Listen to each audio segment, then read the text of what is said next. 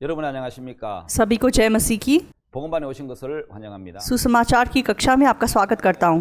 말씀하도록 하겠습니다. तो पिछली बार से जारी रखते हुए मैं अपनी बात आगे बढ़ाऊंगा। परमेश्वर पे हमें कैसे विश्वास करना है। 어떤 감정과 느낌이 아닙니다. तो विश्वास कोई भावना नहीं है। 신앙이라는 어떤 느낌이 팍 오는 것이 아니고 तो आत्मिक जीवन जीते हुए ऐसा नहीं है कि एक भावना आपके अंदर अचानक से आ जाएगी, 갑자기 전등이 팍 켜지는 게 आ니고 तो अचानक से जैसे एक लाइट ऑन हो जाएगी। 전등은 전선과 연결돼서 तो बिजली के बल्ब को बिजली से जोड़ना पड़ेगा 발전기와 연결돼서 और बिजली के स्टेशन से बिजली वहां तक पहुंचनी पड़ेगी, तभी वो बल्ब चलेगा। 사람의 마음과 하나님 마음이 연결됐을 때에 तो जब परमेश्वर का मन और मनुष्य का मन जुड़ जाता है 능력이 들어온다는 것이죠. तो परमेश्वर की अद्भुत ताकत मनुष्य के मन में आती है। 복음반을 통해서 이 부분에 분명한 말씀들을 듣도록 하겠습니다. तो सुसमाचार की कक्षा के द्वारा मैं इस बारे में आपको समझाऊंगा। 인간을 사랑하셨습니다. तो स्वर्ग में जो परमेश्वर उसने मनुष्य से प्रेम किया, 인간이 인간 세상에 말씀으로 오신 것입니다. तो क्योंकि वो मनुष्य से प्यार करता था इसलिए वचन खुद देहधारी होकर मनुष्य के बीच में आया। 우리는 하나님이 보이지 않고 만질 수도 없고 느낄 수도 없지만 तो परमेश्वर चाहे हमें दिखाई नहीं देता, हम उसे महसूस नहीं कर सकते, उसे छू नहीं सकते, 을 통해서 하나님을 느끼고 लेकिन वचन के द्वारा हम उसे महसूस कर सकते हैं 알고 하나님을 배우는 것입니다. और हम उसे सीख सकते हैं, उसके बारे में जान सकते हैं। 을 가늠하지 말라, 도둑질하지 말라. तो हाँ, बाइबल में लिखा है व्यभिचार मत करो, चोरी मत करो।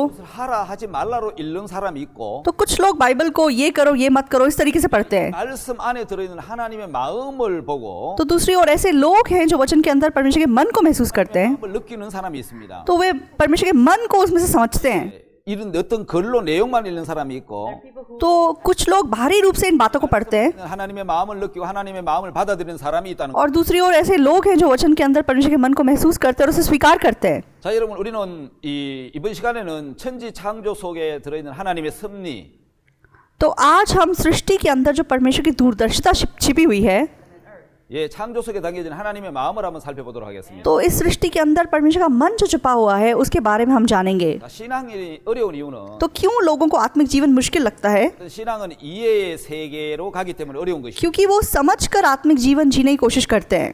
자, 신앙은 어떤 지식, 경험, 감각을 통해서 하나님의 말씀을 받아들이려 하기 때문에 तो आत्मिक जीवन में अगर आप अपने ज्ञान, अपने बुद्धि, अपने अनुभव के हिसाब से वचन को स्वीकार करने की कोशिश करेंगे 이것이 어려운 것이죠. तो आपको बहुत मुश्किल लगेगा। 사람의 지식과 경험에는 한계가 있습니다. तो मनुष्य की बुद्धि, उसके ज्ञान की एक सीमा है, 한계를 넘어가면 받아들일 수가 없습니다. तो उस सीमा के आगे आप स्वीकार नहीं कर पाएंगे। 그러면 믿음의 세계는 लेकिन जो विश्वास की दुनिया है, 말씀을 믿음으로 받아들이는 것이고 तो वो विश्वास से वचन को स्वीकार करना है। 인간의 지식과 경험과 감정과 상관없이 तो उसका मनुष्य की भावनाओं से, उसके अनुभव से, उसकी सोच से कोई नाता नहीं है। 받아들이는 것입니다. वचन को जो का त्यों स्वीकार करना है। 마음과 마음의 연결입니다. तो विश्वास मन का मन से जुड़ना है।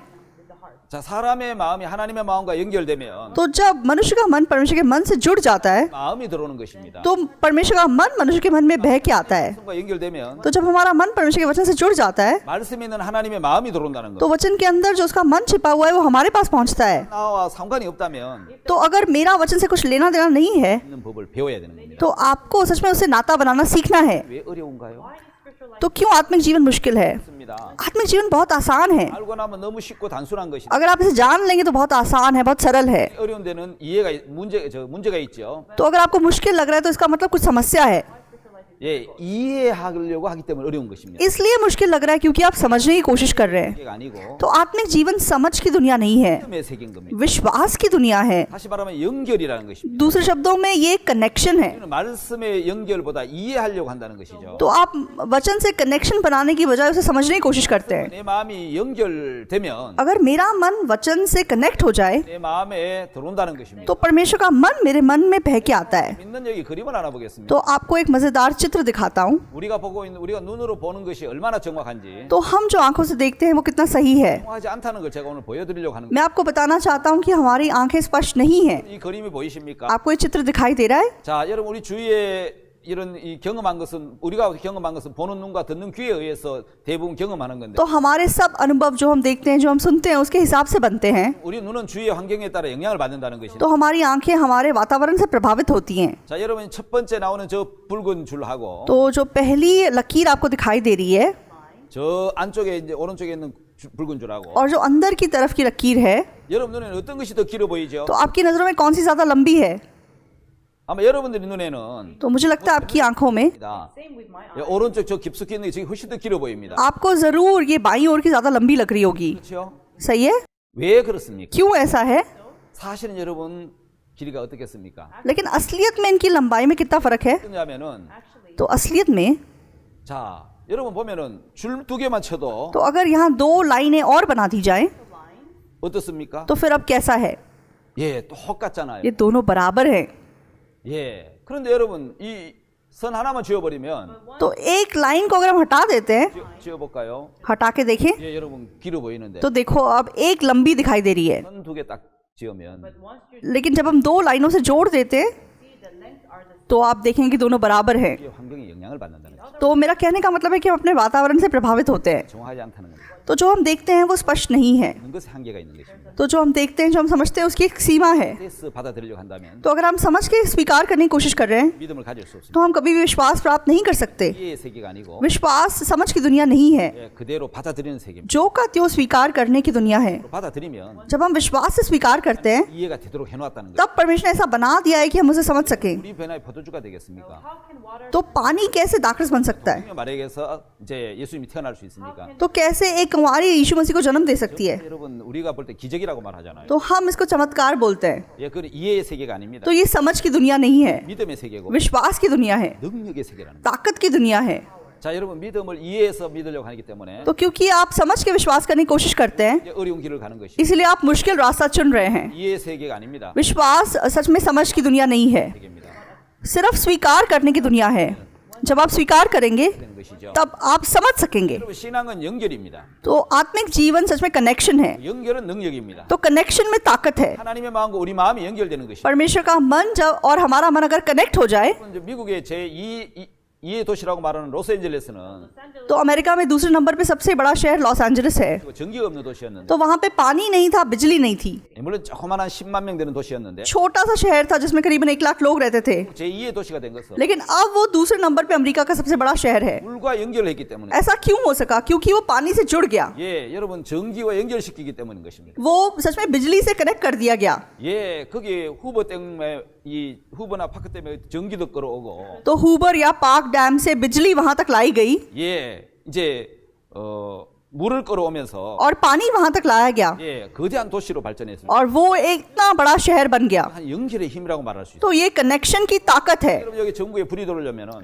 तो हमारे पास बिजली को अपने तक लाने के लिए हमें तारों की जरूरत है। 예, 그 전선이 발전기와 발전소와 연결돼서 वो तारे बिजली के स्टेशन से जुड़ी हुई होती हैं 불이 들어오는 것입니다. और वहां तक ज्योति आ जाती है। 라든지 तो जो फ्रिज हम इस्तेमाल कर रहे हैं, जो एसी हम इस्तेमाल कर रहे हैं, जो माइक हम इस्तेमाल कर रहे हैं, 모든 것들은 ये सारी चीजें, 예, 여러분 전기와 연결돼서 들어오는 능력이죠. तो ये सच में ताकत बिजली की है। 우리가 일상생활에 많이 쓰는 수도물이 있습니다. तो हम रोज रोज पानी इस्तेमाल करते हैं। 여러분 그 수도국제 물이 나오려면은 तो आपके पानी के नलके से पानी क्यों आता है? 수도관과 연결돼야 되죠. क्योंकि वो किसी नदी से जुड़ा हुआ है, 그러면 집에 물이 나오는 것이. इसीलिए आपके घर तक पानी पहुंचता है। 음식도 만들고 इसलिए हम उसे खाना बनाते हैं, नहाते धोते हैं 굉장히 편리하게 유용하게 사용되는 और बहुत ही सुविधाजनक तरीके से उसका इस्तेमाल कर पाते हैं। 하나님의 말씀과 마음이 연결되면 तो उसी प्रकार अगर हमारा मन परमेश्वर के वचन से जुड़ जाए 그러고 तो परमेश्वर का मन हमारे मन में आता है 예, 하나님의 능력을 경험할 수 있어요. और हम परमेश्वर की ताकत को समझ सकते हैं। 성경에 다윗은 तो बाइबल में दाऊद, 하나님과 마음이 합한 자라고 했습니다. उसके बारे में कहा गया है कि वो परमेश्वर के साथ एक मन था। 사실 하나님 마음을 परमेश्वर चाहता था कि परमेश्वर का मंदिर बने। 예, 다윗은 그대로 받아들였다는 것이. दाऊद ने उस मन को जो का त्यों स्वीकार किया 마음을 받아들이니까 और क्योंकि उसने मन स्वीकार किया, 하나가 됐다는 것이죠. उसका मन एक हो गया। 그래서 여러분 마음이 하나가 되니까 और जब उसका मन एक हो गया, 예, 하나님은 다윗을 능력으로 사용하셨다는 परमेश्वर ने ताकत से उसको इस्तेमाल किया। 자에게 परमेश्वर ने नूह को, 대단한 마음을 주셨습니다. परमेश्वर ने ऐसा मन दिया कि वह जहाज बनाए 마음과 연결되니까 और जब वो उस मन से जुड़ गया 우주를 지을 수 있어요. तो नूह ने जहाज बनाया। 요한복음 2장의 물동원 하인은 तो यूहन्ना 2 में जो सेवक लोग थे, 무슨 말씀을 하시는지 그대로 하라는 तो उनको कहा गया कि जैसा वो तुमसे कहे वैसा ही करना। जब उन्होंने ये बात सुनी, 그대로 받아들여. उन्होंने यीशु मसीह के वचन को जो का तो स्वीकार किया और पानी दाखरस बन गया। 연결의 능력입니다. ये वचन की शब्द के कनेक्शन की ताकत है। 자, 여러분 우리 박 목사님 간증 중에서 तो पासपाक की गवाहियों में से 어떤 분이 찾아왔는데 तो कोई आया, 자, 그분에게 이런 이야기를 했습니다. तो उससे पासपाक ने क्या कहा? 선생님, 의사가 내가 암이라고 생각했는데 मुझे लगता था मुझे कैंसर है, 네, 의사가 감기라고 했어요. लेकिन डॉक्टर ने बोला कि आपको कैंसर नहीं, आपको खांसी जुकाम है। 암이 맞습니다. तो फिर मुझे खांसी जुकाम है, ये सही बात है, या मुझे कैंसर है, ये सही बात है? 의사가 감기라고 했으면 감기지요. अगर एक्सपर्ट डॉक्टर मुझे बोल रहा है कि आपको खांसी है, तो उसका मतलब मुझे खांसी है। हाँ, सही बात है। 굉장히 단순합니다. विश्वास बहुत सरल है। 자, 나는 죄를 지었습니다. तो मैंने पाप किया, 그 나는 죄인이라고 생각합니다. तो मैं सोचता था कि मैं पापी हूँ, 하나님 뭐라고 말씀하시죠? लेकिन परमेश्वर ने क्या कहा? 하나님 의인이라고 말씀. परमेश्वर ने कहा कि तुम धर्मी हो, 의인인 겁니다. तो इसलिए मैं धर्मी हूँ। 여러분 이해가 아닌 तो ये समझ की दुनिया नहीं है, 받아들이는 것이죠. ये स्वीकार करने की दुनिया है। 여러분 나는 죄를 지었기 때문에 죄인인데 तो मैंने पाप किया इसलिए मैं पापी हूँ, 하나님 내보고 의인이라 하면은 लेकिन परमेश्वर अगर मुझे धर्मी कह रहा है 의인입니까? तो मैं धर्मी हूँ। 예, 의인인 겁니다. हाँ, मैं धर्मी हूँ। 예, 이해가 아닌 믿음으로 받아들이는 것이죠. तो ये समझ से नहीं, विश्वास से स्वीकार किए जाने वाली बात है। 예수님이 एक दिन यीशु मसीह, 누가복음 19장에 보면은 तो लूका 19 में हम देखते हैं, 를 찾아오셨고 तो वे जक्कई के घर गया, 요한복음에 보면은 और यूहन्ना की किताब में 자, 예수님이 베드스다 연못에 찾아오셨는데 यीशु मसीह बेथेस्दा के कुंड पे गया। 자, 하나님 우리에게 뭘 가르쳐 주고 싶었냐면요. तो परमेश्वर में क्या सिखाना चाहता है? 보고 하라고 하신 것이지 तो परमेश्वर ने यीशु मसीह को सब करने के लिए कहा, 아니라는 거죠. तुम्हें कुछ करने के लिए नहीं कहा गया है। तो मनुष्य नहीं कर सकता, क्यों? 뭐 죄를 이기지 못하고 क्योंकि मनुष्य पाप पे जीत नहीं सकता, 또 선을 행할 수 없기 때문에 और मनुष्य अच्छा नहीं कर सकता, 독생자를 주셨다는 거. इसीलिए उसका इकलौता पुत्र दिया गया। 그 자체가 인간은 안 된다는 뜻이고 तो इसका मतलब ये है कि इंसान नहीं कर सकता, 해결해 주시겠다는 겁니다. इसलिए यीशु मसीह को आके सुलझाना पड़ा। 자, 요한복음 5장 베드스다 연못가에 तो यूहन्ना 5 में बेथेस्दा के कुंड पे 잘해서 병을 나으려고 하고 있어요. तो सब लोग अपनी कोशिशों से बीमारी को ठीक करने की कोशिश कर रहे थे, 할 수 없는 사람 딱 한 사람이 있습니다. लेकिन वहां पे सिर्फ एक व्यक्ति था जो अपनी कोशिश से नहीं ठीक हो सकता था। 한 사람이죠. वो 38 वर्ष से पीड़ित रोगी था। 예수님 그를 찾아오십니다. यीशु मसीह उससे मिलने गया, 예수님 그를 일으키셨습니다. और यीशु मसीह ने उसे खड़ा कर दिया। 요한복음 19장에 보면 लूका 19 में हम देखते हैं, 세리 삭개오를 찾아오셨어요. यीशु मसीह जक्कई को मिलने गया। 인간이 하려고 하니까 안 되는데 तो मनुष्य जब करना चाहता था तो नहीं हो सकता था, 어렵죠. बहुत मुश्किल है, 예수님이 삭개오를 찾아오셨어. लेकिन यीशु मसीह जक्कई को मिलने गया 구원하신 것입니다. और उसे उद्धार दिया। 자, 여러분 다음 단원으로 넘어가 보면 अगली बात पे चलते हैं। 여기 들어있는 하나님의 섭리가 들어있는데요. तो परमेश्वर की दूरदर्शिता इस पृथ्वी की सृष्टि में है, 하나님의 마음을 한번 살펴보겠습니다. तो उसके अंदर हम परमेश्वर के मन को खोजने की कोशिश करते हैं। 유명한 한 사람이 있죠. तो यहाँ पे एक मशहूर व्यक्ति है, 지구가 둥글다고 이야기한 तो इसने बोला था कि पृथ्वी गोल है, 큰 핍박을 받고 어려움을 당했지만 और बहुत इसमें सताव हुआ, इसको बहुत परेशान किया लोगों ने। लेकिन क्योंकि मैं बोलूँ या ना बोलूँ उससे क्या फर्क पड़ता है? 해서 지구가 안 도냐. तो अगर मैं बोल दूंगा कि पृथ्वी नहीं घूम रही तो क्या वो नहीं घूमेगी? 내가 그거 주장하다가 죽을 필요가 없지. तो मुझे क्या जरूरत है कि अपनी बात पे जोर दूं और मर जाऊं? 그래 지구 안 돈다 하고 법정에서 나왔어. तो उसने बोला कि ठीक है, पृथ्वी नहीं घूम रही, और वह कोर्ट से बाहर आ गया। 그가 한 유명한 말이 있죠. और उसके बाद उसने एक बहुत मशहूर बात कही है, 또 지구는 돈. हाँ तो भी पृथ्वी घूम रही है।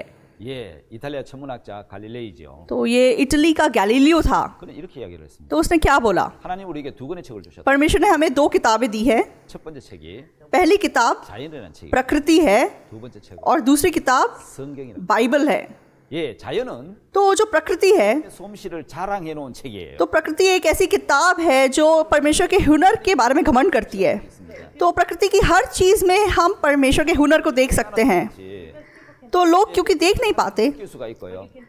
लेकिन सच में हम परमेश्वर को महसूस कर सकते हैं। 담겨져 있고 परमेश्वर की बनाई हुई हर चीज में आप उसको महसूस कर सकते हैं।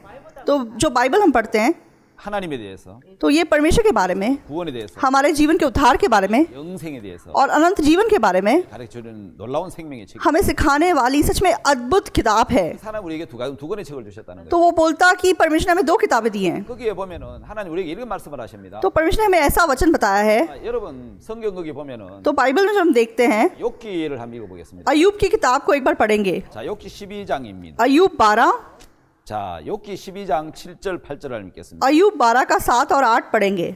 자, 우리가 오늘 영어로 한번 읽어볼까요? तो एक बार हम हिंदी में पढ़ते हैं। 예, 영어로 한번 12장 7절에서 8절을 읽겠습니다. अय्यूब 12 का 7 और 8 हम हिंदी में पढ़ते हैं। पशुओं से तो पूछ और वे तुझे सिखाएंगे, और आकाश के पक्षियों से और वे तुझे बताएंगे। पृथ्वी पर ध्यान दे तब उससे तुझे शिक्षा मिलेगी, और समुद्र की मछलियां भी तुझसे वर्णन करेंगी। 예, 거기 뭐라고 말씀하고 있습니다. तो यहाँ पे क्या बताया गया है? 하나님은 내가 만물을 창조한 창조주다. तो परमेश्वर ने बोला कि मैंने इस पूरी सृष्टि को बनाया है, 자, 네가 한번 물어봐라. तो तू जाके पूछ 그리고 확인해봐라. और चेक कर, 그러면 내가 가르쳐 줄 것이다. फिर मैं तुझे सिखाऊंगा। 자, 이제 우리는 하나님이 우리를 향하여 창조한 위대한 창조와 솜씨에 대해서 한번 살펴보겠습니다. तो आज हम परमेश्वर के हुनर भरे हाथों को देखेंगे जिसने इस पूरी सृष्टि को बनाया है। 자, इ제 모든 짐승의 과목으로 तो हम सारे जानवरों के बारे में देखते हैं। 이게 가르쳐 줄 거다. तो पशुओं से तो पूछ, वे तुझे सिखाएंगे। आकाश के पक्षियों से और वे तुझे बताएंगे। 이게 구하리라. 땅에게 말해. पृथ्वी पर ध्यान दे, 네게 가르치. तब उससे तुझे शिक्षा मिलेगी। 그래도 네게 설명해 줄. और समुद्र की मछलियां भी तुझसे वर्णन करेंगी। 이런 이제 한번 네 가지를 갖고 한번 तो इन 4 बातों को लेकर हम देखते हैं कि परमेश्वर हमें क्या सिखाना चाहता है। 여기 보면은 तो यहाँ पे अगर आप देखेंगे 짐승에게 물어보라고 했으니까 तो यहाँ लिखा है पशुओं से पूछ। 여러분 한번 물어보겠습니다. तो हम एक बार पूछते हैं। 색 바다 거북인데 तो ये हरा कछुआ है। 자, 뭘 물어볼까요? कछुए से क्या पूछते हैं? 거북아. हे कछुए, 아, 너는 그 저기 내비게이션도 없는데 तो तेरे ऊपर कोई नेविगेशन नहीं लगा हुआ, 어떤 곳으로 다시 돌아가? तो तू कैसे उस जगह को ढूंढ लेता जहाँ तू पैदा हुआ था? 어린 새끼가 어떻게 엄마를 찾아올 수 있어? तो छोटा बच्चा कैसे अपनी माँ को ढूंढ लेता है? 거북이한테 물어보니까 तो जब कछुए से पूछा, 거북이가 이렇게 이야기를 하죠. कछुए ने ऐसा जवाब दिया, 하나님이 그렇게 하셨다. परमेश्वर ने मुझे ऐसा बनाया, 이게 정보를 줬다고. परमेश्वर ने मुझे इन्फॉर्मेशन दी है। 바다 거북이는 तो जो कछुआ होता है 정확하게 어머니를 찾아갈 수 있는 정보. उसके पास वो सारी इन्फॉर्मेशन होती है जिससे वो अपनी माँ को ढूंढ लेता है और जहाँ वो पैदा हुआ था वहाँ पहुँच जाता है 산란을 합니다. और वहाँ पे वो रहता है। 우리가 알다시피 거북이는 1개 정도 알을 낳으면은 तो आपको पता होगा कि कछुए मतलब 100 अंडे देते हैं 그게 이제 새끼로 부화하면 다 잡아먹히고 한두 마리가 살아남아서 और जब अंडों में से बच्चे निकलते हैं तो लगभग सारे मर जाते हैं, 2-3 जिंदा रह जाते हैं 바다로 다시 돌아가는데 और फिर वो समुद्र को लौटते हैं। 사람들이 그 위치 추적기를 달아놨습니다. तो लोगों ने एक बार कछुए के ऊपर एक जीपीएस ट्रैकर लगाया और बहुत अद्भुत बात क्या सामने आई। तो जो कछुआ था, 그 거북이는 브라질 동해안에 살고 있는 거북인데 तो ये कछुआ पहले ब्राजील के एक समुद्र में रहने वाला कछुआ था 예상 한가운데는 아순시온 섬까지 가는 거예요. और एक पॉइंट पे वो अशुन मतलब एक द्वीप के पास जो ओशन है वहां तक उसे जाना है। 그 거북이는 돌아와 버리는 거죠. तो माँ अंडे देके छोड़ के चले जाती है 새끼가 부화해서 और जब अंडों में से बच्चे निकलते हैं 2마리 정도 남는데 तो 2 बच्चे करीबन बच जाते हैं। 그 거북이가 이제 바다로 돌아 헤엄을 쳐서 तो वो बच्चे दोबारा तैरते हैं 예상 아순시험에서 और असुशिन के द्वीप से 동해안까지 온다는 거예요. तो ब्राजील के पूर्व में जो समुद्र है वो वहां तक पहुंच जाते हैं और अपनी माँ को मिल लेते हैं। 새끼 거북이가 तो इतने छोटे से कछुए 수 있고 तो कैसे वो उस जगह तक साफ पहुंच जाते हैं और अपनी माँ के पास पहुंचते हैं 수 있습니까? और कैसे वो उस समुद्र में पहुंच जाते हैं जहां वो पहले थे। 이거 누가 줬습니까? तो इतनी अद्भुत रहस्यमय शक्ति किसने उनको दी है? जब कछुए से आप पूछेंगे, 줬다고 이야기를 하시는 거죠. कछुए बताएंगे कि परमेश्वर ने दी है, 하나님이 주신 것입니다. परमेश्वर ने उनको दी है। 여러분 배나 어떤 것보다 더 정확한 정보를 갖고 있는 거죠. तो सच में उनके पास एक शिप से भी ज्यादा स्पष्ट इन्फॉर्मेशन है। 자, 하나님의 참. तो पक्षियों से पूछो। 자, 여러분 여기 북극 제비 갈매기 तो यहाँ पे आपको एक पक्षी दिखाई दे रहा है, 첨단 장비가 없어도 तो इसके पास कोई मशीन नहीं है 저 새는 정확한 여행을 합니다. लेकिन ये बिल्कुल सही सफर तय करती है। 항공기보다 더 정확한 비행을. तो एयरप्लेन से भी ज्यादा स्पष्ट तरीके से ये उड़ती है। 2바퀴를 도는. तो एक साल में ये पूरे पृथ्वी के 2 चक्कर मारती है। 예, 그렇게 멀리 날아다닐 뿐만 तो 아니라 ना केवल इतनी दूर की उड़ान भरती है 들어옵니다. लेकिन अपनी जगह पे साफ पहुंच जाती है। 여기는 तो जो एरोप्लेन होता है, एरोप्लेन ऐसे ही नहीं उड़ रहा है, 하나님 만든 항공기는 조종사가 있어. इंसान ने उसको बनाया इसलिए उसके अंदर एक पायलट होना पड़ेगा 첨단 과학 장비가 있어. और उसके अंदर बहुत सारी मशीनरी होती है। 예, 지상에 관제하는 관제탑도 있어야 되고. तो मतलब एक कंट्रोल टावर होता है 있어야 되고. a car needs a sign 길거리 간판도 있어야 और मतलब जब गाड़ी चलती है तो उसको साइन पोस्ट देखने पड़ते हैं और लोगों से पूछना पड़ता है। 되고. 저 새는 लेकिन ये चिड़िया 예, 누구에게 묻지 않. किसी से नहीं पूछती, 정확하게 갔다가 돌아. लेकिन साफ अपना सफर तय करती है और लौट आती है। 그것도 1년에 지구를 2바퀴를 और एक साल में पूरे पृथ्वी का चक्कर 2 चक्कर मार लेती है। 누가 줬습니까? तो किसने इसे शक्ति दी है? 하나님이. परमेश्वर ने दी है। 자, 여러분 여기 또 바다의 물고기에게 물어보라고 했습니다. और लिखा है कि समुद्र की मछलियों से पूछो। 여러분 물고기와 조선공학에 एक तरफ मछलियां हैं और दूसरी तरफ शिप बिल्डिंग इंडस्ट्री है। 저기 세계 최대 호화 여객선 퀸메리 2호입니다. तो सबसे बड़ी जो शिप इस दुनिया में है उसको क्वीन मेरी 2 कहते हैं। 배를 만드는 조선공학자들 तो जो शिप इंजीनियर्स होते हैं 많은 연구 तो उन्होंने बहुत रिसर्च किया 그 연구 결과가 뭐 और रिसर्च के बाद 가장 효율적으로 적합한 배의 유선 तो उनको पता चला कि जो शिप बनाते हुए सबसे अच्छा रेशियो क्या होता है, 폭하고 길이가 तो मतलब उसकी लंबाई और चौड़ाई का जो रेशियो है, 가장 안전하게 तो सबसे सुरक्षित शिप अगर बनानी है 할 수 있는 그 유선형을 और सबसे सही स्पीड पे चलने वाली अगर शिप को आपको बनाना है, 그 비율이 0.21에서 0.30 사이였다. तो वो जो रेशियो है वो 0.21 से 0.30 होना चाहिए। 근데 깜짝 놀란 लेकिन उसके बाद बहुत हैरानी की बात क्या है, 대부분의 ज्यादातर जो मछलियां हैं, 조성공학적으로 볼 तो शिप इंजीनियरिंग के हिसाब से जब उनको देखते हैं 가장 정확한 비율이 적합한 तो उनका साइज का जो रेशियो है, 자 0.21에서 0.30 사이였다. तो सारी मछलियों का लगभग 0.21 से 0.30 है। 예, 대부분 물고기가 그런 비율로 तो ज्यादातर मछलियां उस रेशियो में बनी हुई हैं। 깜짝 놀란 तो 거예요. कितना अद्भुत बात है। 예, 여러분 사실 저 물고기의 이제 적합한 배율로 तो मछली के उस रेशियो के द्वारा 사실은 배가 만들어지고 उसके हिसाब से असलियत में शिप बनी है। 과학자들이 연구하면 연구할수록 और जितना ज्यादा शिप इंजीनियरिंग ने रिसर्च हुआ, 수많은 물고기 तो इतनी सारी जो मछलियां हैं, 다 배 유선형의 폭과 길이의 비율이 सबका जो रेशियो था उनकी लंबाई और चौड़ाई का, 물고기의 비율이 저 똑같더라. तो वो सबसे सुरक्षित शिप बनाने के रेशियो के समान था। 예, 그러니까 저렇게 만드는 배가 가장 안전한. तो इस तरीके से बनाई हुई जो शिप होती है वो सबसे सुरक्षित होती है। 자, 여러분 자연의 한 신비를 한번 तो एक बार हम प्रकृति की रहस्यमय बातें को देखते हैं। 보죠. 우리가 여러분 그 눈 तो आपने कभी बर्फ को देखा है? 한국에서 눈이 굉장히 तो 많이. कोरिया में बहुत बर्फ पड़ती है।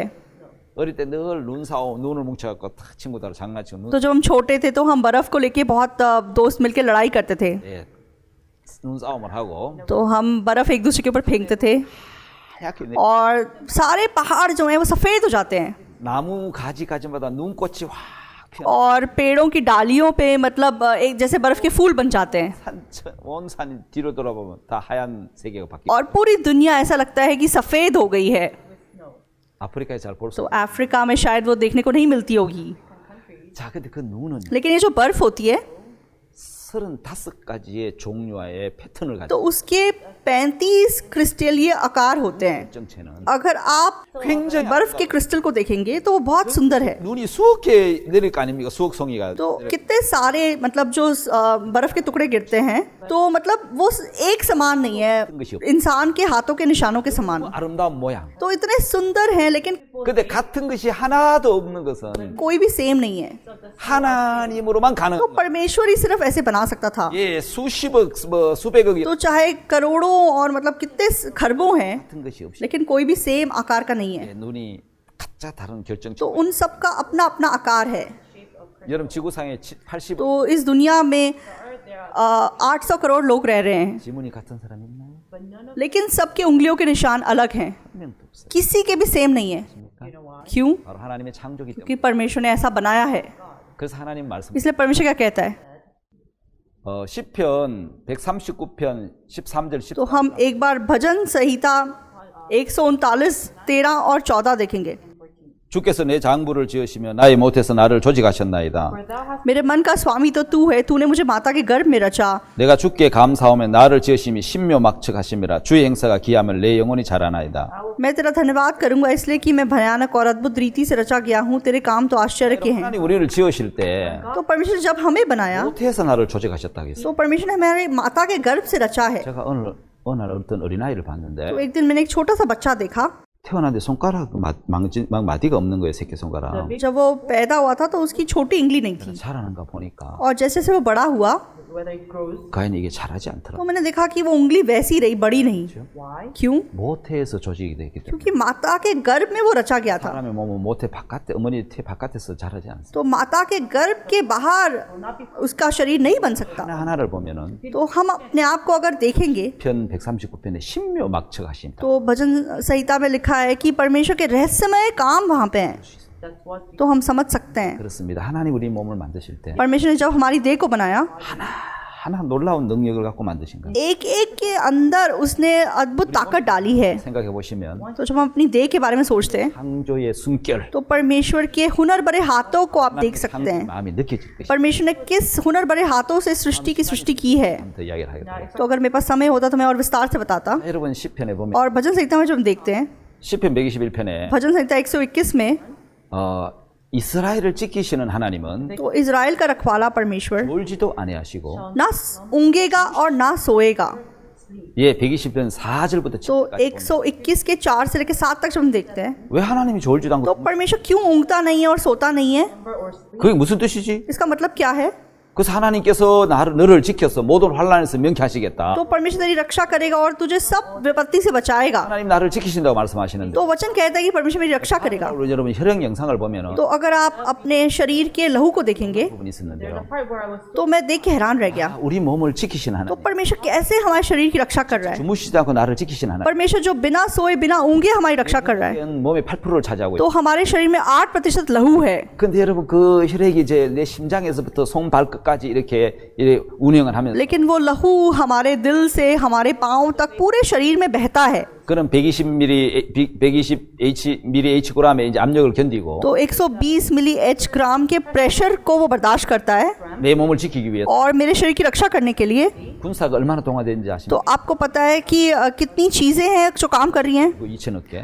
तो हमारे देह में एक दिन में 200 बिलियन लाल लहू की कोशिकाएं हैं 2,000억 개, 혈소판 2,000억 개. और 100 बिलियन सफ़ेद लहू की कोशिकाएं हैं और 200 बिलियन प्लेटलेट है। 지구의 2바퀴 반의 길이를 돌면서 तो इन सब की अगर एक लकीर बनाई जाए तो ये 2 बार पृथ्वी के ऊपर चक्कर मार सकते हैं और ये हमारे शरीर की रक्षा कर रहे हैं only takes 1 minute और वो 1 मिनट में हमारे पूरे शरीर में घूमते हैं। 내 몸을 지키도록 하나님이 इस प्रकार वो घूमते रहते हैं और मेरे शरीर की रक्षा करते हैं। परमेश्वर ने ऐसा बनाया है। through the next video. 이 हम अगली वीडियो में इस बारे में देखेंगे।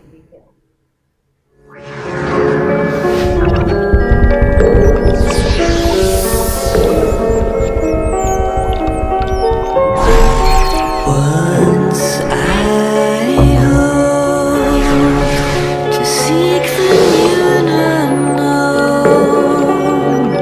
This planet's overrun. There's nothing left for you or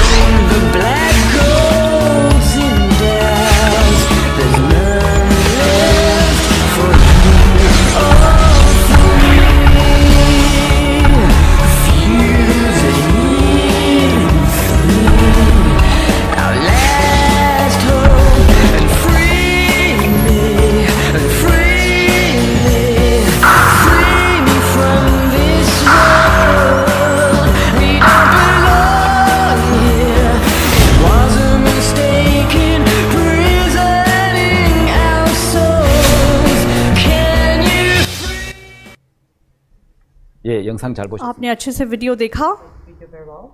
예, 이제 이번 시간 여기까지 하고 तो ये समय हम यहीं ख़त्म करते हैं 다음 시간을 또 진행. और सीधा हम अगला सेशन शुरू करते हैं। 예, 감사합니다. धन्यवाद। 자, 여러분 안녕하십니까? सभी को जय मसीह की। 바로 이어서 다음 시간을 अब 진행하겠습니다. हमारा अगला सेशन हम शुरू करते हैं। 이번 시간에는 성경의 예언에 대한 तो 말씀입니다. इस सेशन में मैं बाइबल के वे जो भविष्यवाणियाँ लिखी हैं उसके बारे में बताऊंगा। 말씀의 예언에 담겨진 하나님의 마음을 한번 살펴. तो इन भविष्यवाणियों के अंदर छिपे हुए परमेश्वर के मन को हम एक बार देखने की कोशिश करते हैं। 자, 여러분 계시록 13장 16절에 तो प्रकाशित वाक्य 13 के 16-18 में अगर हम देखते हैं 힘이 들어 있는데 तो बहुत ही अद्भुत वचन है। 한번 읽어보겠습니다. हम एक बार पढ़ेंगे। 자, 성경 제일 마지막 तो 부분이죠. बाइबल का आखिरी किताब 예, 요한계시록 13장 प्रकाशित वाक्य 13 16절을 보겠습니다. 16 से 18 तक पढ़ेंगे। 16절부터 18절까지 제가 읽겠습니다. 16 제가 모든 자, 곧 작은 자나 큰 자나 부자나 빈곤한 자나 자유한 자로 종들로 거론세나 이마에 표를 받게 하고 उसने छोटे बड़े धनी कंगाल स्वतंत्र दास सबके दाहिने हाथ या उनके माथे पर एक एक छाप करा दी। Hand or in their forehead. 누구든지 이 표를 가진 자 외에는 매매를 못하게 하니 이 표는 곧 짐승의 이름이나 그 이름의 수라. कि उसको छोड़ जिस पर छाप अर्थात उस पशु का नाम या उसके नाम का अंक हो अन्य कोई लेन देन ना कर सके। Of his name. 지혜가 여기 있으니 총명 있는 자는 그 짐승의 수를 세어보라. 그 수는 사람의 수니 666. ज्ञान इसी में है जिसे बुद्धि हो वह इस पशु के अंक जोड़ ले क्योंकि वह मनुष्य का अंक है और उसका अंक 666 है। 366.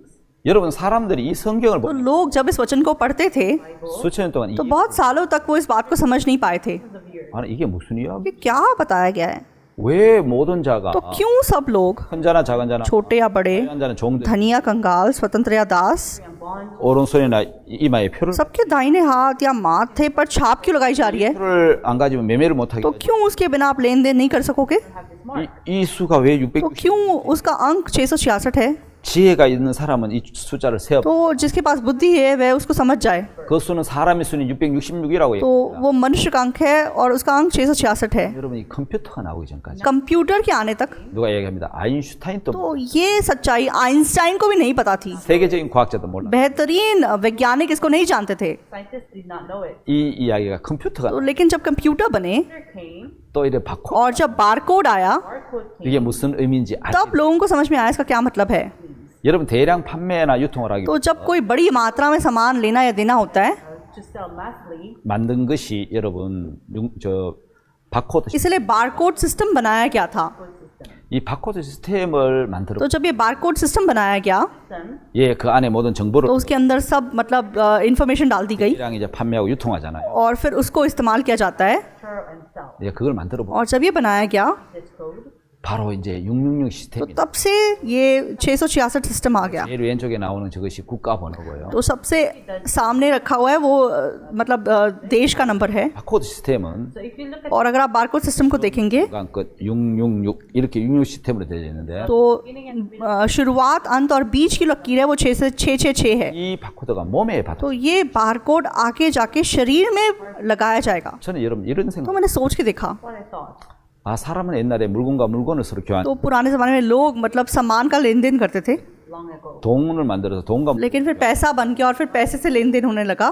이제는 돈 대신 크레딧 카드, तो पैसे के बाद फिर क्रेडिट कार्ड आ गया। Credit card. 돈 대신 तो 사용. पैसे की जगह उसका इस्तेमाल होने लगा। Money. 아 그러다가 이제는 그 카드도 이제 안 तो 되니까 आगे जाके जब वो कार्ड भी यूज़ नहीं होगा More. 안전을 위해서 몸에 맞는 카드가 तो फिर शायद शरीर में इस प्रकार का कार्ड लगा दिया जाएगा सुरक्षा के पर्पज से। 이 카드가 언제 쓰여지고 언제 나타나? तो मैं सोचता था कब ये कार्ड आएगा, कब इसका प्रयोग होगा। 그러다 제가 깜짝 놀라. लेकिन फिर एक हादसा हुआ जिसमें हैरान रह गया। 전 세계를 셧다운. तो पूरे दुनिया को शट डाउन करने वाला World. 예, 바로 코로나. तो ये कोरोना वायरस। COVID-19. 예, 그러면서 이제는 तो अब Now these days. 휴대폰만 가지고 अगर आपके पास आपके हाथ में फ़ोन है 위치 추적. तो आप कहाँ पे हैं वो पता लगाया जा सकता है। 그래도 감염자가 감염된 걸 모르고 돌아. और जो पीड़ित है वो इधर उधर चला जाएगा, घूमेगा, 그럼 이제 그 사람 위치가 파악이 안 돼. तो उसकी जगह पहचाननी मुश्किल हो जाती है। Of the patient. 무증상으로 이제 코로나 바이러스가 걸려 있기 때문에 और फिर 엄청난 전파력을 갖고. मतलब बहुत से लोग जिनके पास कोई लक्षण नहीं है उनके पास भी ये वायरस होता है। People. 방역 당국에서 그 사람을 찾는데 굉장히 इसीलिए मतलब उस इंसान को ढूंढना कि वो इधर उधर कहाँ घूम रहा है मुश्किल हो रहा है। 그 사람 정보가 몸에 있다. लेकिन अगर ऐसी कोई इन्फॉर्मेशन शरीर में हो 얼마든지 쉽게 빨리 찾을 수. तो आसानी से पता चल जाएगा कि ये इंसान कहाँ पे है। 깜짝 तो मुझे बहुत हैरानी हुई। 저런 방법으로 혹시 바코드가 몸에. हाँ, शायद ऐसा करके आगे जाके बारकोड इंसान के शरीर में आ जाएगा। 여러분 미국에서 तो अमेरिका में 이제 이 바코드 계속 तो बारकोड प्रचलित होता जा रहा है 베리 칩이 몸에. और वेरी चिप शरीर में लोग लेने लग गए हैं। into our heart. 예, 우리의 모든 정보가 들어있는 바이오 칩. और हमारे मतलब सारी इंफॉर्मेशन रखने वाला एक बायो चिप होता है। 지금은 개인의 어떤 건강이나 어떤 노령자들을 위해서 이제 이 몸에 건강 칩을 박아. तो मतलब अभी असल में सेहत के पर्पस से वो चिप लगाया जा रहा है, खास करके बुजुर्ग लोगों के लिए 당할 때 कि मान लो कि वो अकेले कहीं जाते हैं और बेहोश हो जाते हैं, कहीं गिर जाते हैं, 가기 위해서 이제 건강 칩을. तो उनको आसानी से ढूंढने के लिए वो बायो चिप लगाया जा रहा है। 훨씬 발전한 이 베리 칩. लेकिन वेरी चिप उससे कहीं ज्यादा मतलब प्रगति किया हुआ चिप है। 모든 내 정보가 이 칩 안에 들어있어서 तो वो ऐसा चिप है जिसमें सारी इंफॉर्मेशन होती है। 내 몸에 들어온다. अगर वो शरीर में आ जाएगा 그럼 여러분 이게 사람 몸에 한 5V 정도 전기가 있는데 तो इंसान में करीबन 5 वोल्ट की बिजली है 작동을 한다는 것이죠. और वो हमारे शरीर में काम करेगी। 바이러스, 코로나 바이러스 감염이 되면 तो जैसे लोगों में कोरोना वायरस हुआ, Coronavirus, 아마 포스트 코로나 이후에 कोरोना खत्म होने के बाद corona, 아마 몸에 이런 일들이 더 큰 어떤 감염이 오면 तो इससे ज्यादा बड़ी कोई बीमारी फैलने से पहले 이런 것이 몸에 तो 받아지죠. मुझे ऐसा लगता है कि शायद लोग जोर देंगे कि ऐसा चिप शरीर में लगाना चाहिए। 염려를 갖고 있죠. तो इसलिए बहुत से लोग चिंता कर रहे हैं। 예, 그래서 여러분 근데 그 성경 लेकिन बाइबल हमें क्या बता रही है? 사람 몸에 이 표가 들어오게 बाइबल में बताया गया है कि शरीर में ऐसा चिप आगे जाके लगाया जाएगा। 하고 이거 받지 않으면 अगर आप इसे नहीं लेंगे तो आप लेन देन नहीं कर सकेंगे 받는다는 거죠. और बहुत सारी असुविधाएं आएंगी। 예, 이 코로나 바이러스 시대 तो कोरोना वायरस शुरू होने से 아, 이게 현실로 나타나겠다는 तो मुझे ऐसा महसूस हुआ कि ये अब असलियत में बदलता जा रहा है। 성경은 2000년 전에 이미 이걸 예언. लेकिन बाइबल ने कैसे 2000 साल पहले भविष्यवाणी दे दी थी, 예, 정확하게 예언. तो बिल्कुल स्पष्ट रूप से भविष्यवाणी दी 그건 थी 지금 현실처럼. और आज वो असलियत के रूप में प्रकट हो रही है। 그래서 이 말씀은 예언으로 된 तो 놀라. ये बहुत अद्भुत भविष्यवाणी का वचन है। 자, 여러분 그 영상을 तो एक बार हम फिर से एक वीडियो देखेंगे। 네, 지갑 속에 넣어둔 주민등록증이나 신용카드 등이 없어졌을 때 몹시 당황스럽죠. 신상에 관한 모든 개인정보를 조그마한 칩에 입력해서 우리 몸에 집어넣으면 신분증을 갖고 다닐 필요가 없어지는데요. 실제로 미국에서는 신분증 칩을 몸속에 이식시키는 사람들이 늘고 있어서 논란이 되고 있습니다. 연보은 기자가 보도합니다. 쌀 한 톨만한 이 마이크로칩에는 놀라운 비밀이 담겨 있습니다. 주민등록증이나 운전면허증, 의료보험증, 신용카드 등에 저장되어 있는 모든 개인정보가 이 칩 하나에 들어갑니다. 10만원 안팎의 비용을 내고 이 칩을 손에 이식하면 지갑이 필요 없습니다. 물건을 사거나 고속도로 요금소를 빠져나갈 때, 건물에 들어갈 때 손만 대면 끝입니다. It's always with me, it's always in my hand, and I'll never lose it. 최근엔 병원에서 많이 활용돼 미국의 병원 거의 100곳에서 이 칩을 사용합니다.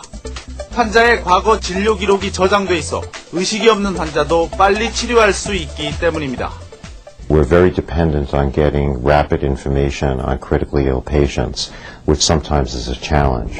그러나 문제점도 적지 않습니다. 전자정보도둑이 판을 칠 수 있다는 겁니다.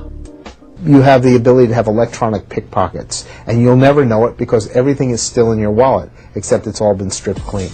이 칩의 소유자는 어떤 사람이고 돈은 얼마나 되고 어디서 무엇을 했는가, 이런 사생활 정보가 그대로 노출될 수 있다는 점은 더 큰 문제입니다.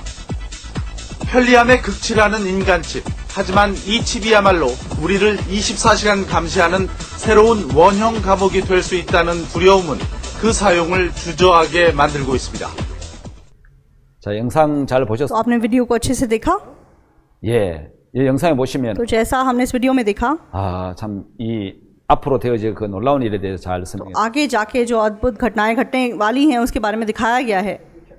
여러분 다음 단어는 원리를 모르는 행위적인 신앙에 대한 부분을 강의하도록 하겠습니다. अगला मैं आपको कामों पर निर्धारित आत्मिक जीवन, जो आत्मिक जीवन के मूल सिद्धांतों से दूर है, उसके बारे में बताऊंगा। 5장에 보면은 अगर आप मत्ती की किताब को देखेंगे 놀라운 तो 말씀. बहुत ही एक अद्भुत वचन वहां पे है। 여러분 8가지 복, 8복이라고 तो 8 प्रकार के आशीष हैं, 8 blessings. 자, 여러분 근데 이 8복에 보면 놀라운 말씀. लेकिन इन 8 सच में जो मतलब आशीष है, उसमें बहुत अद्भुत वचन है। Is being तो क्या दीन होना, गरीब होना एक आशीष है? poor, is being rich या फिर क्या अमीर होना आशीष है? 근데 오늘 여러분 마태복음 5장에 लेकिन मत्ती 5 में जो हम देखते हैं 가난한 걸 복이라고. तो यहाँ लिखा है धन्य है वे जो मन के दीन है। Poor is blessing.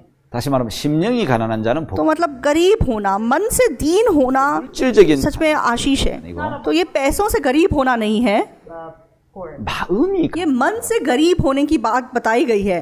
여러분 많은 물질을 소유하거나 권력을 소유한 사람, तो जिनके पास बहुत पैसा होता है या बहुत अधिकार होता है 어떤 부나 명예를 소유한 사람, और जिनके पास ऊंचा नाम होता है, 사실 마음이 가난하기는 굉장히 तो 어렵. असलियत में मन से दीन होना उनके लिए मुश्किल है। 성경은 심령이 가난한 자는 복이. लेकिन बाइबल हमें बताती है कि जो मन के दीन है वो धन्य है, 왜냐하면 그 사람은 천국이 저희 거예요. क्योंकि स्वर्ग का राज उन्हीं का है। God are there. 예수님 앞에 나온 가난한 여인이 하나. तो यीशु मसीह के सामने एक गरीब कनानी स्त्री थी, 그 딸이 흉악한 귀신들. तो उसके बेटी बुरी आत्मा ग्रस्त थी। 딸 때문에 떳떳한 사람이 될 수가 없어. तो अपनी बेटी की वजह से वो हमेशा मतलब शर्माती थी, Became ashamed. उसको शर्म आती थी 당하는 사람이었는데 She was in. और वो दुख में थी, 마음이 낮아졌죠. She was. बहुत वो नम्र थी 마음이 가난한 사람이 된 거죠. और वो सच में मन से दीन थी। 예수님을 찾아왔는데 वो यीशु मसीह के पास गई, 예수님이 그를 거절했습니다. यीशु मसीह ने उसको इनकार कर दिया। 자녀들의 뜻같이 개들에게 든지 마땅치 않다. लड़कों की रोटी लेकर कुत्तों को देना उचित नहीं है। The dog. 예수님 말씀을 그대로 तो 들으면 यीशु मसीह की बात को अगर आप सुनेंगे 그 마음을 못 느끼면 और उसके मन को महसूस नहीं करेंगे 개라는 것이죠. तो वो उसको कुत्ता कह रहे हैं, 하는 단어죠. तो बहुत उसे तुच्छ मान रहे हैं। For her. 자, 개 같은 여자에게 तो कुत्ते जैसी औरत को 내가 어떻게 자녀들에게 줄 떡을 줄 수? मैं कैसे लड़कों की रोटी दे सकता हूँ? 예, 한국은 개나 뭐 이런 돼지나 이게 이런 이름을 쓸 때는 욕에 해당하는데 तो कोरिया में एक्चुअली किसी को कुत्ता या सुअर कहना गाली है। 이스라엘에 가서 물어보니까 그것도 욕으로 해. तो जब मैंने इजराइल के बारे में पूछा तो इजराइल में भी ऐसा ही है। 예, 여러분 개들에게 든지 마땅치 않다 그랬어. तो कुत्तों की रोटी मतलब कुत्तों को रोटी देना उचित नहीं है। 마음을 가졌는데 लेकिन इस स्त्री के पास एक दीन मन था, 받아들이는 거예요. उसने उस वचन को स्वीकार किया। 배가 고프다는 것은 तो भूखा होने का मतलब क्या है? 받아줍니다. तो वो कुछ भी रोटी पा सकती 예, है, 이 여인의 마음이 가난했기 तो 때문에 क्योंकि ये मन की दीन थी, 말씀이 받아진 ये वचन को स्वीकार कर सकी। 아, 저분이 내보고 개라고 말씀하셨어요. हाँ, ये मुझे कुत्ता कह रहे हैं, 저분 내보고 주인이라는 뜻이죠. इसका मतलब ये मेरे मालिक हैं। 개는 주인의 상에 떨어지는 부스러기를 얻어먹지 तो 않아. कुत्ते अपने मालिक की मेज से गिरी हुई टुकड़ों को खाता है, 주인의 은혜로 사는 거죠. तो कुत्ता मालिक के अनुग्रह से जीता है। 얻어먹을 수 있겠네. तो इसका मतलब मुझे भी अनुग्रह मिल सकता है। 예수님. हाँ यीशु मसीह, 예, 당신이 말씀하시면 हाँ आप जैसा कह रहे हैं, 예, 자녀 떡을 누가 개들에게 던지게. हाँ कौन लड़कों की रोटी कुत्तों को देता है? 그런데 저는 그걸 믿습니다. मैं विश्वास करती हूँ, 부스러기를 주신다는 걸. लेकिन आप गिरी हुई चूर चार को मुझे दे दो। 그 딸이 귀신 들린 딸이 나와버렸다. और तब उसकी बेटी जो बुरी आत्माग्रस्त थी ठीक हो गई। 이야기하고 있는 거죠. तो बाइबल में ऐसा लिखा 예수 है। 앞에 나왔던 가난한 수많은 마음을 가진 तो बहुत सारे लोग जो मन के दीन थे जब वो यीशु मसीह के सामने आए,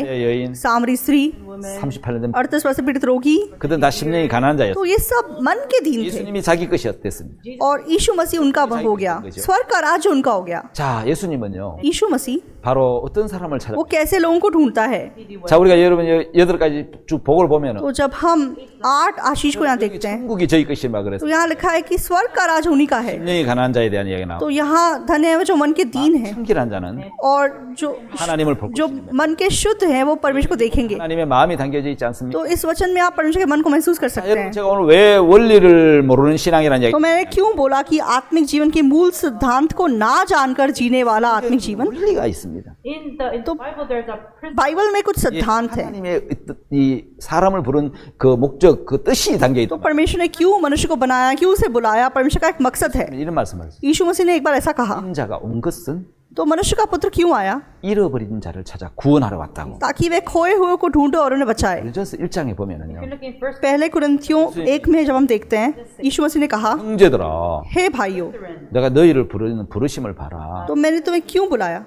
하나님이 부르신 사람에 대한 이야기죠. तो परमेश्वर ने कैसे लोगों को बुलाया उसके बारे में बताया गया है। परमेश्वर ने कैसे लोगों को बुलाया है? who are they? 예통하는 자, Those who mourn. तो जो दुख करने वाले हैं, जो शोक करने वाले हैं, 예통하는 자 하나님의 위로가 필요. जो धार्मिकता की भूख लगते हैं, 의에 줄이고 목마른 자는 तो जो प्यासे हैं, 바로 भूखे हैं, 없다는 것이죠. इसका मतलब उनके पास धार्मिकता नहीं है, 구하는 건 इसलिए वे धार्मिकता को ढूंढ रहे हैं, उसकी खोज में है, 의가 없으니까. क्योंकि उनके पास धार्मिकता नहीं है, 의를 자꾸 하나님의 의를 구하. इसलिए वे परमेश्वर की धार्मिकता की खोज कर रहे 그 हैं। 사람이 복이 तो 있다. ऐसे लोग धन्य हैं, 의 때문에 핍박을 받은 자도 있다. तो धार्मिकता के लिए जो सच में सताव पाते हैं। 자, 여러분 이제 이 한번 PPT를 तो 보면 एक बार जब हम पीपीटी को देखें 자, 여러분 이런 부분들이 들어 तो 있습니다. यहाँ पे ऐसी बात लिखी हुई है। 자, 여러분, 왜 사람들은 선을 찾고 तो लोग क्यों भलाई की खोज में रहते 왜 हैं? 선을 행하려고 तो 하면 क्यों भलाई करने की कोशिश करते हैं? 이 성경에 이제 8가지 복 중에서 तो बाइबल में जो 8 자, आशीष लिखे हुए हैं, 의의가 없어서 तो जिनके पास धार्मिकता नहीं है, 줄이고 목마른 जो 자, धार्मिकता के भूखे और प्यासे हैं, 예, 그런 사람 많이 봤습니다. तो क्या आपने ऐसे लोगों को देखा है? 예, 저는 의의가 없습니다. हाँ, मेरे पास धार्मिकता नहीं है, 죄밖에 없. मेरे पास सिर्फ पाप है।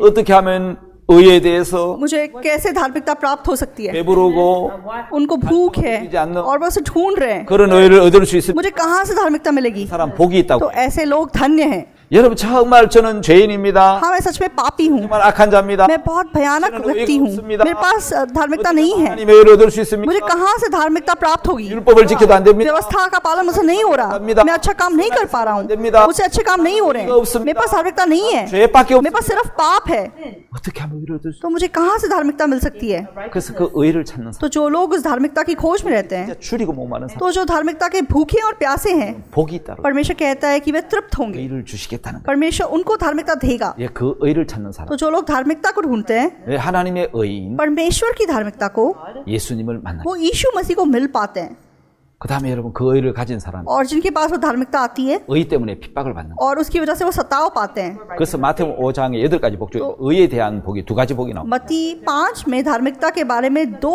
आशीष लिखे हुए हैं।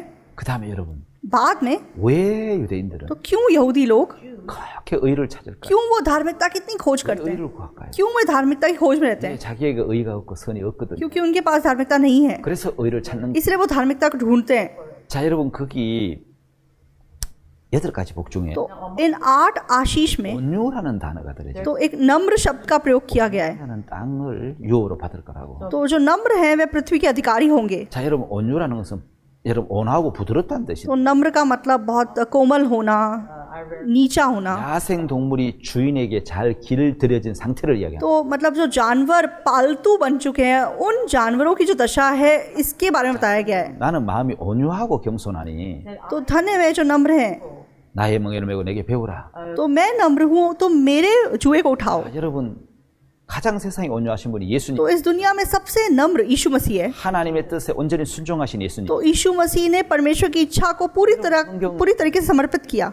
अगर आप बाइबल में देखेंगे 모세에 대한 내용도 이렇게 तो 나와요. गिनती में मूसा के बारे में लिखा हुआ है। 이 사람 모세는 तो ये मूसा 이 지면에 있는 모든 사람보다 इस पृथ्वी के सब लोगों में से 온유함이 승하더라. ये नम्र है।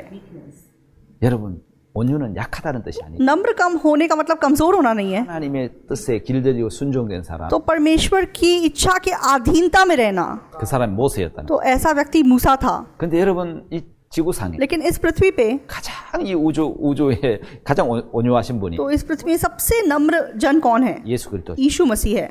그분 온전히 하나님의 뜻에 순종하시고 तो पूरी तरीके से परमेश्वर की इच्छा के अधीन हुआ 주기 위해서 और हमें बचाने के लिए 복종하신 분이라. उसने परमेश्वर की आज्ञा को माना। 온유한 자가 तो जो नम्र है 땅을 유업으로 기업으로 वे पृथ्वी के अधिकारी होंगे। 하나님의 뜻을 받아들이는 तो जो परमेश्वर की इच्छा को स्वीकार करते हैं, 순종된 사람, जो परमेश्वर की इच्छा के अधीन रहते हैं, 사람이 온유한 자입니다. तो ऐसे लोग नम्र हैं। 그러면 천국을 땅을 기업으로 받아. तो ऐसे लोग वे इस पृथ्वी के अधिकारी होंगे।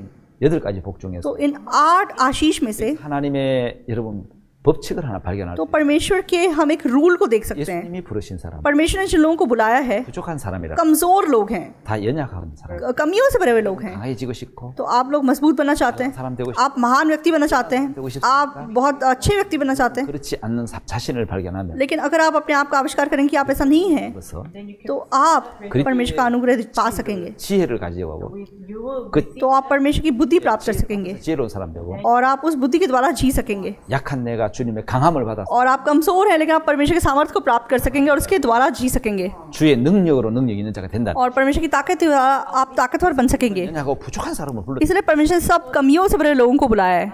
예, 그게 주님의 여러분 능력이고 तो ये परमेश्वर की ताकत है, 예, 주님의 방법이라는 것이죠. तो ये परमेश्वर का तरीका है। 그래서 여러분 오늘 우리는 तो आज हम लोगों को 한 가지 알아야 돼요. एक बात जाननी जरूरी है। 자, 주님은 परमेश्वर 정말 보잘것없는 나를 위해서, तो मेरे जैसे निकम्मे इंसान को, 자, 연약한 나를 위해서, कमजोर मेरे जैसे इंसान को, 죄인 나를 부르고, तो पापी मैं को उसने बुलाया। 그래서 의가 없고 मेरे पास धार्मिकता नहीं थी, 선이 없어 मेरे पास भलाई नहीं थी, 예, 그 선을 찾고 의를 많은 찾는 사람들. और वो लोग जो भलाई और धार्मिकता की खोज में रहते हैं, 그 사람들 중에 두 종류로 나누죠. तो ऐसे लोगों को आप दो टाइप में डिवाइड कर सकते हैं। 자기가 의를 행하려고 율법을 찾은 사람. एक तरफ जो खुद से धर्मी बनने की कोशिश कर रहे हैं, व्यवस्था का पालन करके, 자기가 의를 행할 수 없는 인간이라는 걸 깨닫고 और दूसरे जो ये जान चुके हैं कि वे धार्मिकता को खुद प्राप्त नहीं कर 율법을 सकते, 지킬 수 없는 인간이라는 जो जान चुके हैं कि वे व्यवस्था का पालन नहीं कर सकते, 예수 그리스도의 은혜 앞에.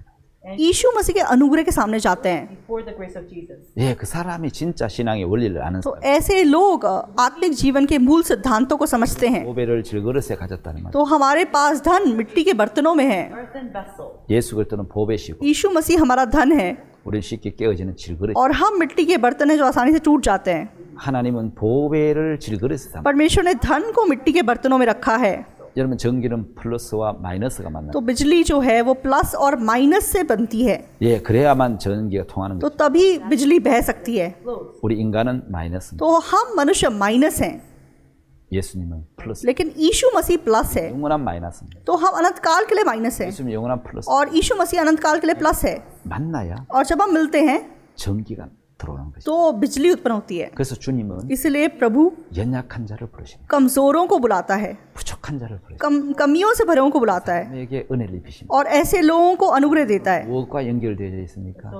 To whom? तो आप किससे जुड़े हुए हैं? 한국에 전기가 잘 들어오기 전에 तो कोरिया में बिजली आने से पहले 서울에 전기가 들어왔는데 तो सऊल शहर में सिर्फ बिजली थी। 어떤 시골 노인이 이제 도시에 나가서 तो एक बार एक गांव का बुजुर्ग सऊल शहर गया, 서울엔 전기가 없습니다. और उसने पहले कभी बिजली नहीं देखी थी। 또 서울에 들어가서 जब वो शहर सऊल में गया, 자 이제 요관에서 이제 잠자기 전에 식사를 하려고 तो वो जैसे एक मतलब होटल में रुका था, 숟가락을 딱 드는데 और जब उसने अपना चम्मच नीचे रखा, 갑자기 퍽퍽 하다 뭐 불이 전기불이 तो 들어. एकदम से मतलब लाइट ऑन हो गई। 이번엔 전기불 처음 본 तो 거. उसने पहली बार मतलब लाइट देखी थी। 아 이거 진짜 밝다. कितना उज्जवल है, 이런 빛이 있다니. ऐसी लाइट भी होती है। 난 이제 그 불만 촛불 이런 것만 तो 봤는데 उसने आज तक मतलब लालटेन या कैंडल देखी होगी। 너무 밝고 좋다. तो जब उसने बिजली का बल्ब देखा, अरे कितना अच्छा है, और खाना खाने के बाद 숟가락을 딱 넣어. उसने अपना चम्मच नीचे रखा, 전기불이 팍 꺼져. और मतलब लाइट बंद हो गई। 그거 참 신기하네. और अब बड़ा अद्भुत है। 숟가락 들 때 불이 타. तो जब मैं चम्मच उठाता हूँ तो लाइट ऑन हो जाती है, Up, the light came. 숟가락 딱. और जब मैं चम्मच रखता हूँ When you put down his spoon, the तो लाइट बंद हो जाती है। 그분이 이제 잠자기 전에 तो सोने से पहले 주인 몰래 칼로 이제 전구를 잘랐어. तो इसने चुपके से जो बिजली का बल्ब है वो निकाल लिया 가방에 넣고 then he put it in और अपने बैग में छिपा लिया, 조용하게 집에 이제 돌아왔. और फिर वो चुपचाप से घर आ गया। to his countryside. 시골에 돌아왔. और जब वो अपने गांव पहुंचा, 동네 사람을 다 뭐. उसने अपने गांव के सारे लोगों को इकट्ठा कर लिया। 아 동네 사람들 저녁에 한번 모여봐요. All the people of the तो सारे लोग देखो, 저 서울에 가서 정말 놀라운 걸 하나 가지고. हाँ मैंने सोल में बहुत अद्भुत चीज को देखा, really amazing. 야 얼마나 빛이 밝은지. कितनी ज्योति उज्जवल है। 한번 켜볼 거라고. Let me like मैं एक बार ऑन करके देखता हूँ। 다 놓고 so he put तो उसने चम्मच नीचे रखा, 둘러앉아서 뭐 신기한 걸 갖고 왔느냐고. तो सब लोग बड़े हैरान हो गए कि तुम क्या लेके आए हो। 저 뭡니까 이 전등을 이 빨랫줄 장대 위에 딱 달았습니다. तो उसने मतलब जो कपड़े सुखाने वाली तार होती है उसके ऊपर से लटका दिया, 딱 장대에 달아놓고 और उसे लटकाने के बाद 숟가락을 딱 들었는데 तो उसने एकदम से चम्मच उठाया, 번쩍하고 और एकदम से up. 전기가 들어와야 돼. तो लाइट आनी चाहिए थी, 안 들어오는 거. लेकिन नहीं आई। 그 다시 들었는데 तो फिर से उसने चम्मच उठाया, 안 들어오는 거. नहीं आई। 아무리 들어도 안 들어. तो कितना भी उठाई लेकिन नहीं आई। 아니 이놈이 그 시골 사람이랑 무시하나. और मैं मतलब क्यों ये मुझे तुच्छ मान रहे हैं। Like people. 시골 서울에 가서 딱 들때 들어왔는데 तो जब मैं सोल में था तो वो आया था, It came on. 예 그때는 이 전구가 전선과 연결되어 있었고 At that तब मतलब bulb was connected. तो ये बल्ब जुड़ा हुआ था, 아마 전기가 들어오는 시간이었기 때문에 लेकिन मतलब जो टाइम होता है कि वो जब बिजली आती है 전기가 나가버렸죠. So the light came on and और बिजली आई और फिर चली गई, 왜 전기가 안 들어오죠? तो क्यों बिजली नहीं आई? did not come on. 예 전선과 끊어졌기 때문에. क्यों? क्योंकि मतलब बिजली नहीं है इसलिए लाइट नहीं चली। 이라는 것은 Faith needs तो विश्वास का मतलब है 하고 켜지는 것이 아니라 अपने आप से नहीं आ जाती लाइट। 연결돼야 된다. जब वचन से हम जुड़ते हैं 자 표면적으로 착하게 살고 तो बाहरी रूप से आप अच्छा काम करेंगे outwardly. 율법 잘 지키고 और व्यवस्था का पालन करेंगे, 그게 신앙이 아니에요. वो आत्मिक जीवन नहीं है। 마음이 뒷받침돼야 되고 तो हमारे मन की नींव होनी जरूरी है Backup of your heart. 연결이 돼야 된다는 거예요. और कनेक्शन होना जरूरी है। 제가 USB에다가 तो हम मेरे पेन ड्राइव में 설교를 넣든지 मैं सरमन भी डाल सकता हूँ और फुटबॉल का मैच भी डाल सकता हूँ। Video of a football. 그 들어있는 것이 넣으면 나오지. तो जो भी इसमें डाला हुआ है वही मैं लगा सकता हूँ। 아, 여러분 그게 안 들어있는데 아무리 그걸 켠다고 나오는 게 아니잖아요. तो जो इसमें नहीं डाला हुआ मैं कितना भी उसे लगाने की कोशिश करूंगा वो नहीं चलेगा। 하나님을 섬기려면 तो अगर हमें परमेश्वर की सेवा करनी है 하나님을 섬길 만한 마음이 뒷받침. तो परमेश्वर पे विश्वास करने के मन की नींव हमारे पास होनी चाहिए। 편한 마음이 없는데 आपके पास कोई अच्छा मन नहीं है, 한다면 अगर आप अच्छा जीवन जीने की कोशिश करते रहेंगे 지겠습니다. तो क्या आप अच्छे बन जाएंगे? USB에 축구 영상도 넣지 않고 तो मैंने अपने पेन ड्राइव में फुटबॉल मैच नहीं डाला है 영상도 넣어놓지 않고 और सरमन भी नहीं डाला है 그거 꼽아놓고 아무리 그거 틀려고 해도 और मैं कंप्यूटर पे लगा के उसे चलाने की कोशिश करता रहूंगा, 예 그게 나오겠느냐? वो नहीं चलेगा। Play. 여러분 여자가 아이를 낳으려면 तो जब एक औरत बच्चा पैदा करती है 아이를 좋아해야 되고 사랑해야 되는 게 아니고 उसको बच्चे को प्यार करने की जरूरत नहीं है। 혼자와 결혼하면 जब वो शादी करती है Man. 예 그래 아이를 낳을 수 있다는 तब वो बच्चा पैदा कर सकती है। 바로 신앙은 연결이고 तो आत्मिक जीवन भी कनेक्शन है। 연결되면 जब आप कनेक्ट होते हो 능력을 맛볼 수 있는 तो आप परमेश्वर की ताकत को महसूस कर सकते हो। 를 알아야 돼. तो इसलिए इन सिद्धांतों को जानना जरूरी है। 여러분 초원에는 초식 동물이 있습니다. तो एक तरफ शाकाहारी जानवर होते हैं 동물 중에 또 육식 동물이 और दूसरी ओर मांसाहारी जानवर होते हैं। 재밌는 거는 초식 동물 눈에는 लेकिन मजेदार बात क्या है, 풀만 보입니다. शाकाहारी जानवर को सिर्फ घास दिखाई देती है 육식 동물 눈에는 और मांसाहारी जानवर को 그 좋은 풀이 하나도 안 보이고 उनको घास दिखाई नहीं देती, 예 동물들만 उनको मांस दिखाई देता है, जानवर दिखाई देते हैं। 신앙이 तो उसी प्रकार हमारा आत्मिक जीवन, 위 아래에 있는 사람들이 जिन लोगों का आत्मिक जीवन कामों पर निर्धारित है 있느냐 और जिनका अनुग्रह पर निर्धारित है, अगर आप कामों पे खड़े हुए हैं 있다는 거죠. तो आप हमेशा व्यवस्था को देखते रहेंगे। 하지 말라. हाँ ये करो ये मत करो, 예, 늘 율법 계명 규례만 보여. हमेशा व्यवस्था नियम कानून।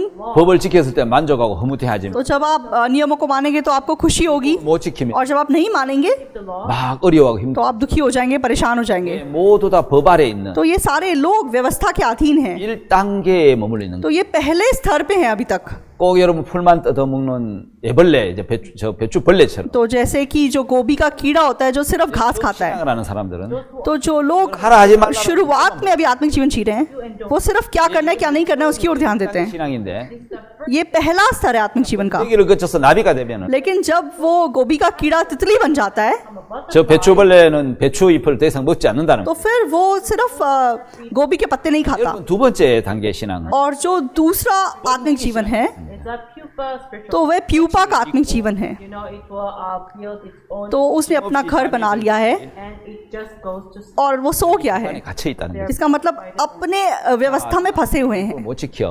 हाँ मैं व्यवस्था का पालन नहीं कर सकता। 하나는 절대로 인간이 할 수 없는 영역이 있어.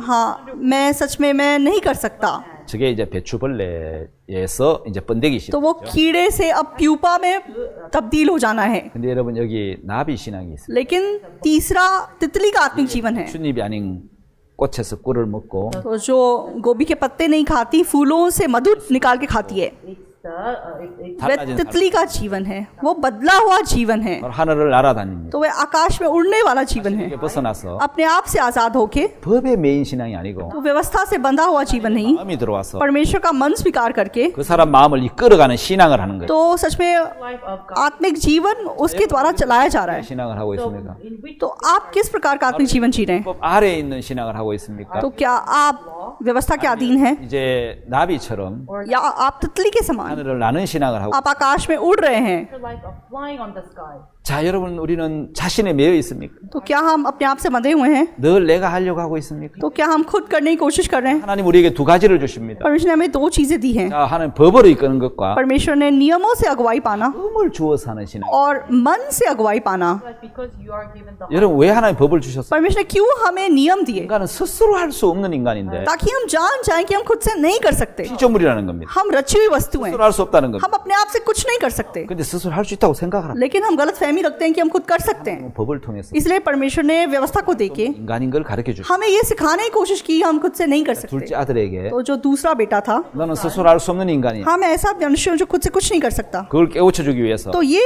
पहचान कराने के लिए 그러니까 저 둘째 아들이 아버지를 떠나는 걸 말리지 않았죠. तो पिता ने उसे अपने से दूर जाने से रोका नहीं। from leaving him. 여러분 신앙이 어렵고 힘든 것은 तो आपका आत्मिक जीवन क्यों मुश्किल है, परेशानी में? 혹시 법을 따라가려고 하는 하니까 어려운 तो 거. आप अपनी तरफ से कोशिश कर रहे हैं व्यवस्था का पालन करने की, 마음은 죄의 욕구를 좋아. तो आपका मन पाप को पसंद करता है, Desire of the sin. 법이 와서 죄를 따라가지 마라. लेकिन नियम आपको बता रहे हैं कि तो ऐसा मत कर, 그래서 어렵다는 거지. इसीलिए आप मुश्किल में हैं। 자, 여러분, 하나님은 자식을 줄 때 परमेश्वर जब हमें बच्चा देता है 법만 주자고 사랑하는 마음까지 주셨어. तो परमेश्वर ने हमें कोई नियम नहीं दिया कि इसको प्यार करो, हमें मन दिया है प्यार करने का, That's when He gave us the तो इसीलिए उसने हमें मन दिया कि हम अपने बच्चों से प्यार करें। 예, 마음까지 주신 하나님. तो परमेश्वर हमको मन देता है, 예, 마음까지 줬기 때문에 क्योंकि उसने हमें मन दिया है, even the heart. 마음을 받아들이면 हमें उसके मन को स्वीकार करना है। अगर आप उसके प्यार को स्वीकार करेंगे 가지고 가면 तो उस प्यार में उसका मन है, 능력 있는 삶, तो उसके द्वारा आप ताकत से भरा हुआ जीवन जी सकते हैं। तो ये आपके दृढ़ संकल्प की बात नहीं है। 마음을 받는 जब आप उसके मन को स्वीकार करेंगे 그런 신앙이 되시기. तो आप एक आत्मिक जीवन जी सकेंगे। मैं अगली बार आपसे फिर मिलूंगा। 네, 감사합니다. धन्यवाद।